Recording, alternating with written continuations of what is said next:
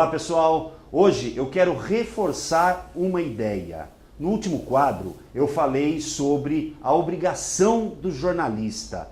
O jornalista, quando se prepara para escrever o seu texto, ele precisa necessariamente utilizar o que nós chamamos de nível culto da linguagem. Ou seja, aquela linguagem bem escrita, bem elaborada, obedecendo às regras gramaticais, atendendo às colocações, a boa pontuação. O jornalista tem esta obrigação. Quando um jornalista comete um deslize gramatical, ele prejudica o seu próprio texto e prejudica o leitor. O leitor de jornal tem o direito de ler um texto bem construído, com uma boa gramática, bem pontuado. Vamos dar uma olhada nisso. Os vereadores têm o poder de derrubar o veto do prefeito. Percebam que o sujeito da oração, os vereadores, está no plural. Todos nós sabemos que se o sujeito está no plural, o verbo também precisa estar no plural. Neste caso, o verbo tem. Surgiu aí uma dificuldade na hora de produzir o texto. O plural do verbo ter.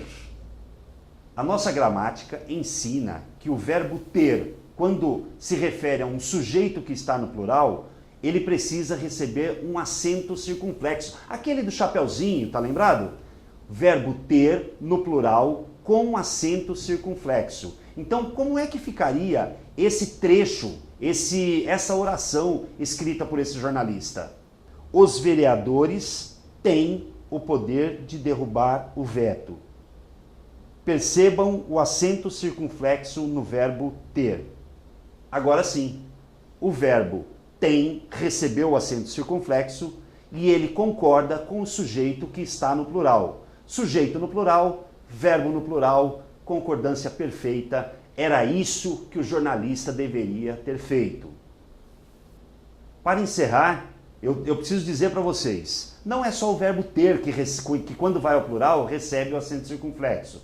Ter, deter, manter, conter, obter, ou seja, o verbo ter e os seus semelhantes, os seus pares, todos eles, quando se referirem ao sujeito no plural, necessariamente precisam receber o acento circunflexo.